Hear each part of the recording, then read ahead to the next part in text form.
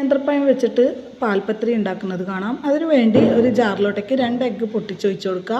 ആ മിക്സിയിലോട്ടേക്ക് തന്നെ 250 ml കപ്പിൽ 2 കപ്പ് മൈദ ഒന്ന് സ്ട്രെയിൻ ചെയ്ത് ആഡ് ചെയ്ത് കൊടുക്കുക.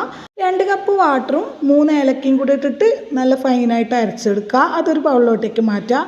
ഇനി ആ ജാറിലോട്ടേക്ക് തന്നെ 1/2 കപ്പ് വാട്ടറും കൂടി ആഡ് ചെയ്ത് കൊടുത്തിട്ട് ഒന്ന് മിക്സ് ചെയ്തിട്ട് 1/4 ടീസ്പൂൺ സാൾട്ടും കൂടി ഇട്ടിട്ട് ഒന്ന് മിക്സ് ചെയ്ത് മാറ്റി വെക്കുക. ഇനി ഒരു പാൻ എടുക്കുക. അതിലേക്ക് കുറച്ച് നെയ്യ് ആഡ് ചെയ്ത് കൊടുത്തിട്ട് 3 നേന്ത്രപ്പഴം ചെറുതായി കട്ട് ചെയ്തിട്ട് ഒന്ന് വഴറ്റിയെടുക്കുക.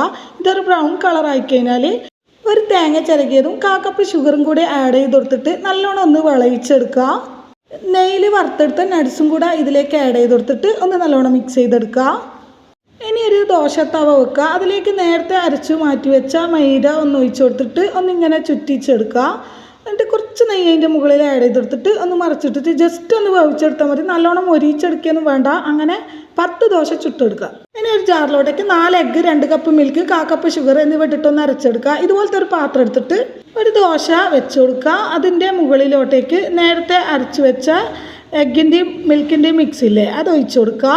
ഇതിൻ്റെ മുകളിലോട്ടേക്ക് നേരത്തെ റെഡിയാക്കി വെച്ച പഴമില്ലേ അത് കുറച്ച് ആഡ് ചെയ്ത് കൊടുക്കുക. വീണ്ടും അടുത്ത ദോശ വെച്ച് കൊടുക്കുക. വീണ്ടും ഇതേപോലെ മിൽക്കിൻ്റെയും എഗ്ഗിൻ്റെയും മിക്സ് ആഡ് ചെയ്ത് കൊടുക്കുക.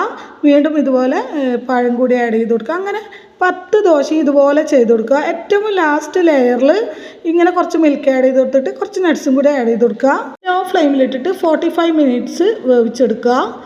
ഇതിവിടെ റെഡിയായി ചൂടാറിക്കഴിഞ്ഞാൽ കട്ട് ചെയ്ത് കഴിക്കാവുന്നതാണ്. അപ്പോൾ ഈ മഴ സമയത്തൊക്കെ ഈവനിങ്ങിൽ ഇതുപോലെയൊക്കെ സ്നാക്സ് ഉണ്ടാക്കിയിട്ട് കഴിക്കുക.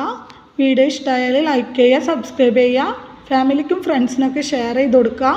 നിങ്ങളെല്ലാവരുടെയും സപ്പോർട്ട് ഉണ്ടെങ്കിൽ വീഡിയോ ഇടാൻ തന്നെ ഒരു ഇൻട്രസ്റ്റ് ഉണ്ടാവുമല്ലോ.